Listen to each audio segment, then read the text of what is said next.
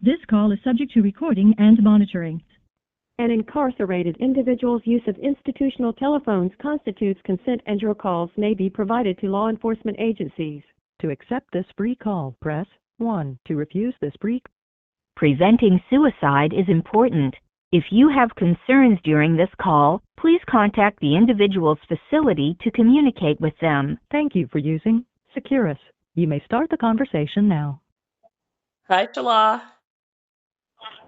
How you doing? Good. Okay, so are you ready for your 30 minutes inside questions? Yes, I am. Okay, cool. Let's get into it. From the Bronx to Sing Sing, Shala Williams' story is resilience under pressure. A father of 5, he lost both parents while behind bars and says he was wrongfully accused in his uncle's shooting.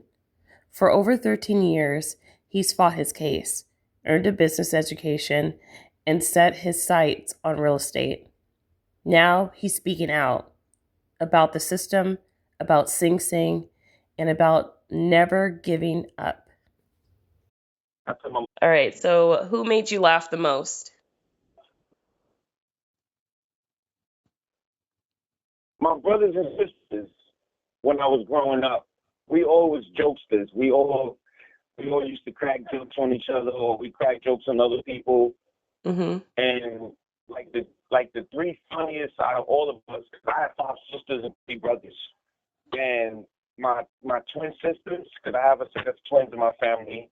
My twin sisters, we call them Bucking and Bones, but they nickname, but their name is Shakeem and Shakia.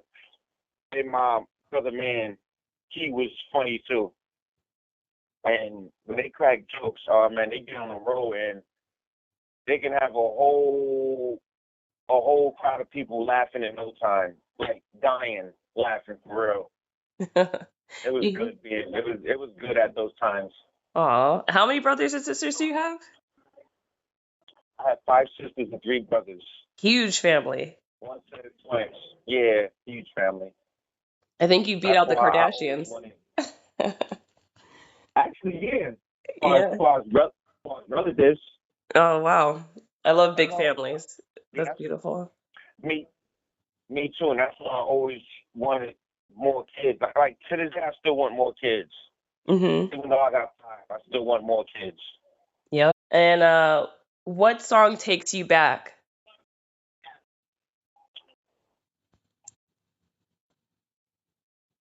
When I think about my mother and my grandmother, you know, they both passed. I think about Marvin Gaye, What's Going On. I think about songs like Aretha Franklin, Gladys Knight, you know. Mm-hmm. Pretty much oldies. Those are songs that take me back. Those are songs that remind me so much of my mother and my grandmother. Mm-hmm. Yep.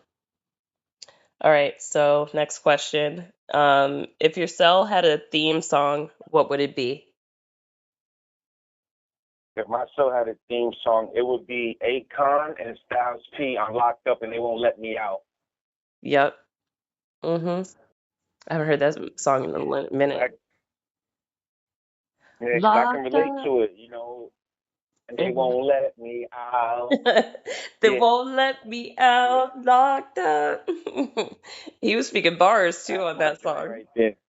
Yeah. Yeah. Especially Styles P. He's like my favorite rapper. Styles P is my favorite rapper.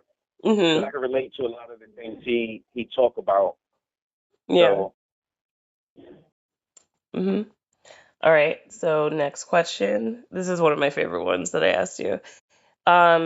If Sing Sing had Yelp reviews, what would yours say, and how many stars would you give it? I would give him a 0. Mm-hmm. And the reason being is because of how the facility is ran and the inadequacy of the shows, you know, because we have to, for some reason, in this jail, and I hate to say this, you know, but a lot of the things I've been through here, I've never went through or had to go through with the white COs in the jails further up north. Mm-hmm. As far as, they do a poor job at their job. They're lazy. On any given day, they can say it's not enough COs for us to go to the gym or for us to go to the bathhouse. But meanwhile, you have 6, 7, 8 COs just sitting on the flats, doing nothing, laughing, giggling, being mad loud, and doing nothing with themselves. A lot of unprofessionalism. Exactly. We have to fight and complain about things that we are entitled to by law and by the directives set in place by the Department of Corrections. Do you guys have many programs there? Yeah, we have programs here, and that's another thing. A lot of the times programs is closed. Mm-hmm. Like, closed. Like, some people have programs that they have to do in order to get time cuts or to go home. Mm-hmm. And without these programs, those are setbacks for us. And they don't care. It just keeps you there longer. Every day. Yeah, every day, literally. It's issue with us getting to our programs, or when we're supposed to have programs, we don't have them.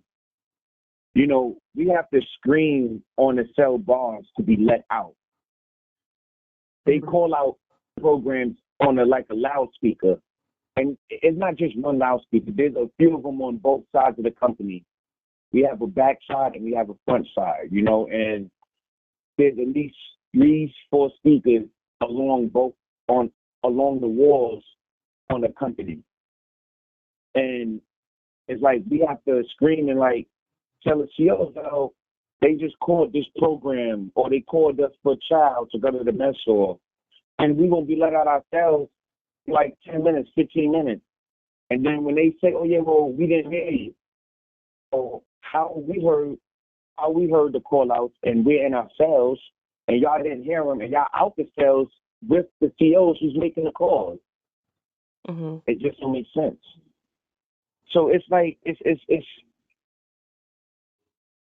It's an unorganized institution. No, exactly, and no structure at all. Mm-hmm.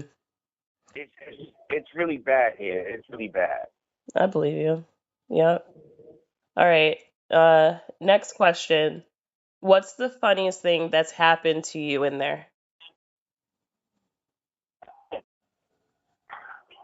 Well, the funniest thing is actually kind of a bad thing. That's the crazy thing. Is there's no common sense. You would think that they would want to do things to make their jobs easier, but it's funny because they don't. Everything they do makes their job harder, and then we get the blame for it.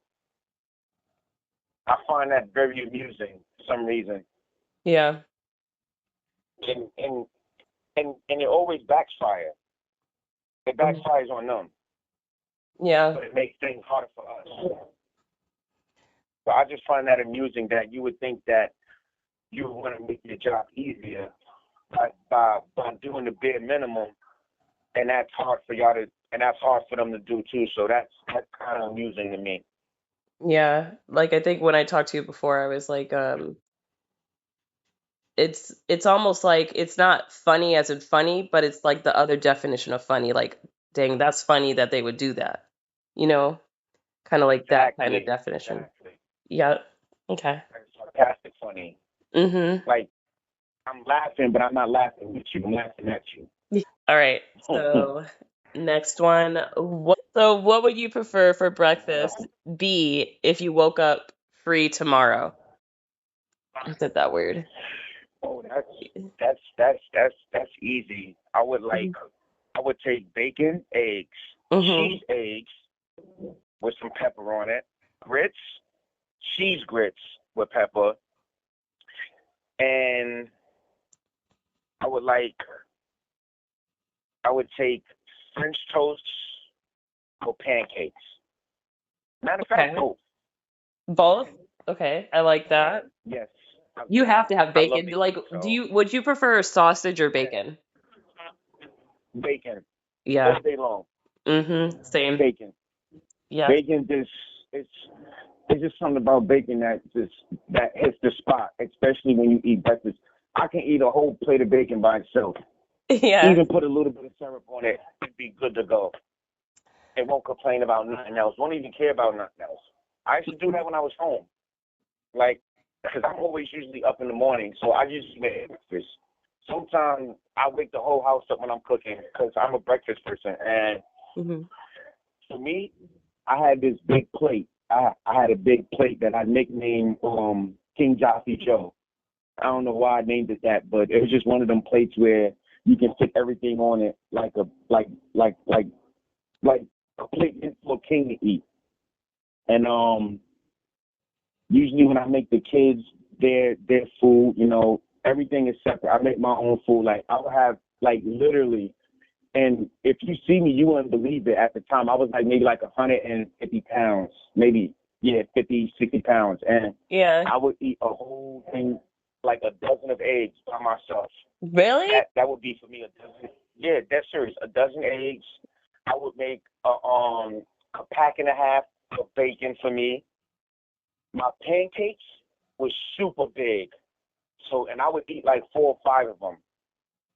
Grits would fill up a big portion of the plate, and hmm sometimes I would make biscuits, Oh, like I love biscuits Pillsbury too. Yeah. biscuits.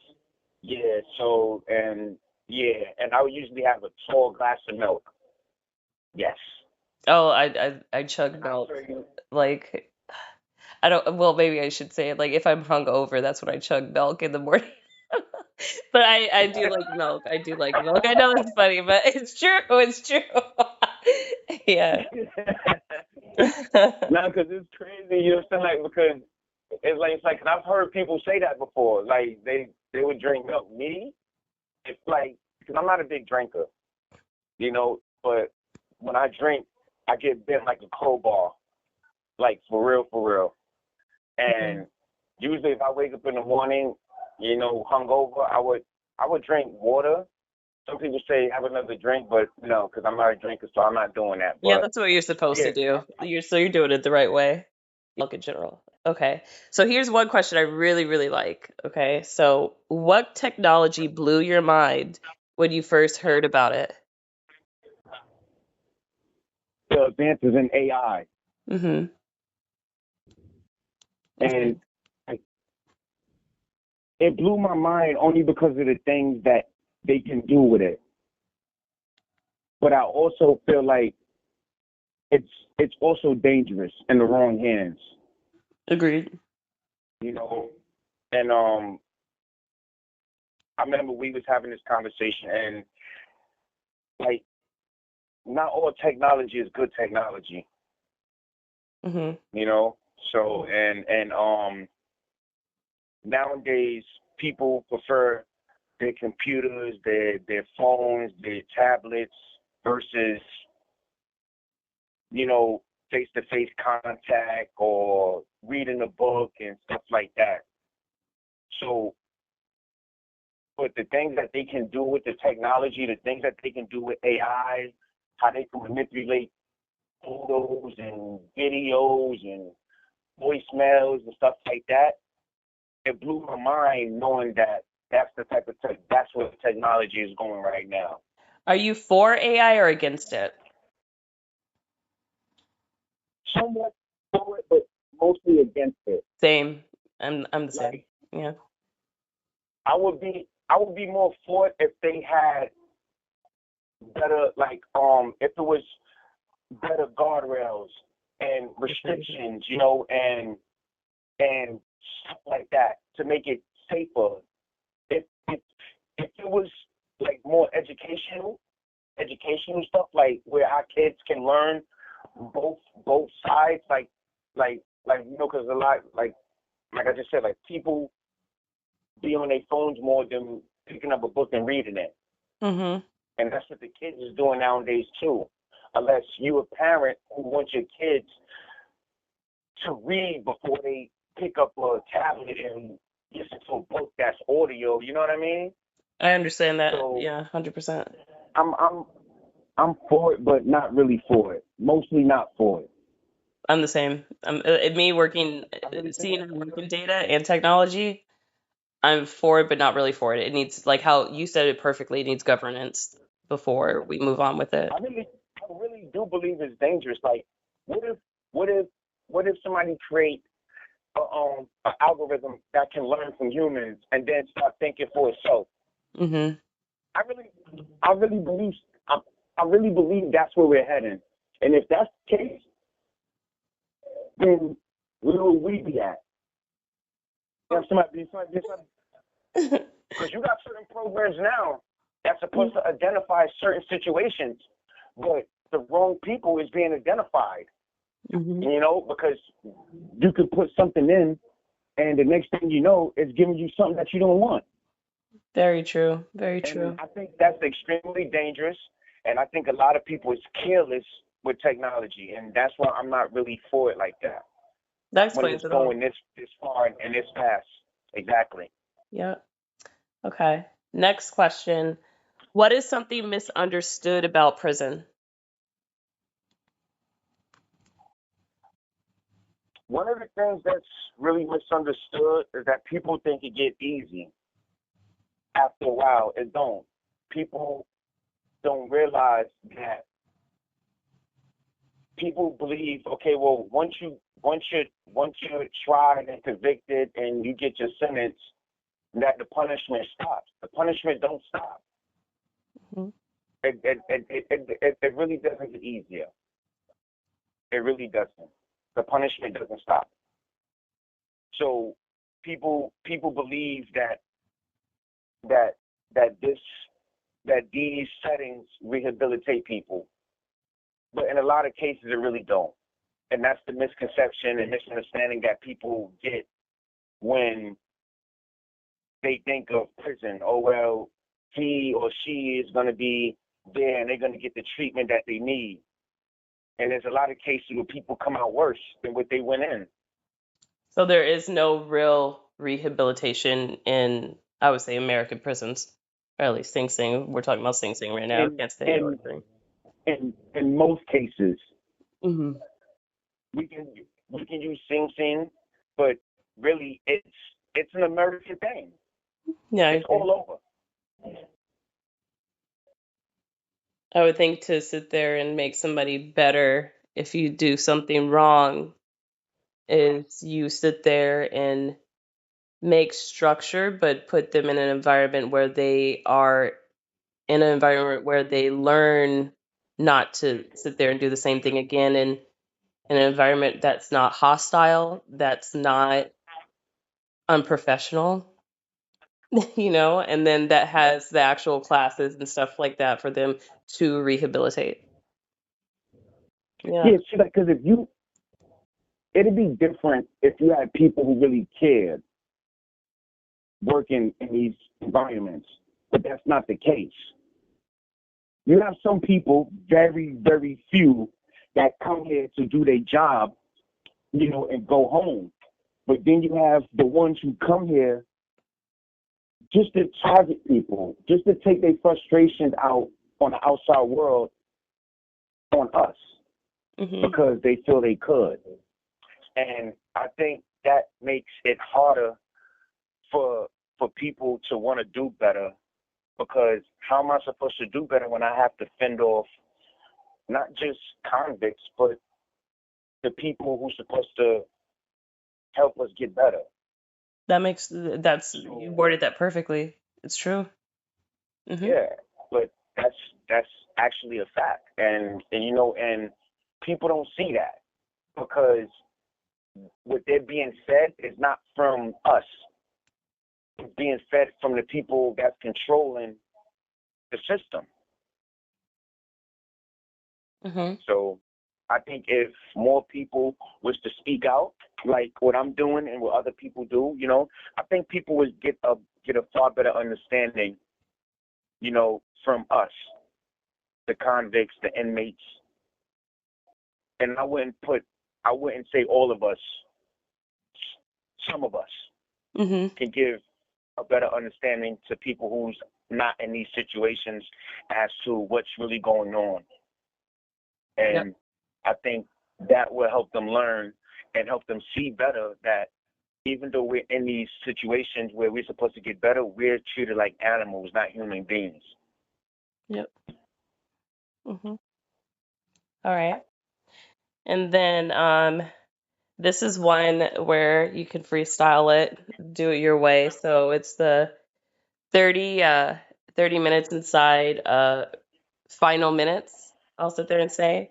So if you had, it's not going to be 30 seconds, but if you had 30 seconds to speak to someone on the outside, who would it be and what would you say? And it doesn't just have to be one person. This is now where you can shout out anybody, talk to anybody. Like you're talking to everybody in the free world right now. So go ahead. Well, the main people or the most important that I would want to speak to is my kids, you know, because my kids is everything to me, and what they think of me is everything. And I would want my kids to know that I love them, no matter what the situation is, no matter how they feel. I love them, and I want them to know that it wasn't my decision to leave them. I would want my kids to understand that I would never abandon them in no way, shape, or form. You know, and that's that part. But I also want everybody out there in the world to know that yes, we are in prison, and there are innocent people in prison too. And I feel like they should know that we are human beings at the end of the day. And we should be treated as so. And I would never wish this on nobody, not even my worst enemy. I wouldn't wish prison on my worst enemy. This is not a place for anybody. And I hate to say it, but it's really not a place for people like me, like you, black and brown people. Yep, people of color. We get trapped in here. We get sent here and we're trapped. And I hate to say this, but this is my own personal experience. We get lesser chances at freedom than white people. And I think if people actually sat back, I think a lot of people should really sit back and do what you're doing. Come and talk to us. Get our story. Some of them might be wild. Some of them might be out of this world. But you also have the ones that actually touch hearts. People that actually tell you what's really going on, what's not going on. That's what I feel. Yep. And the people, a lot of people don't understand what they missing out there. Freedom is beautiful. And I feel like a lot of people take it for granted until it's too late. You have 1 minute left. Well, Shala, you have done amazing. Thank you for being on 30 Minutes Inside. And we will speak again, 100%. And if you want to sit there and do another interview, I'm down because you are amazing, Shala. I'm down with it too, and thank you, and so are you. And it was definitely a pleasure.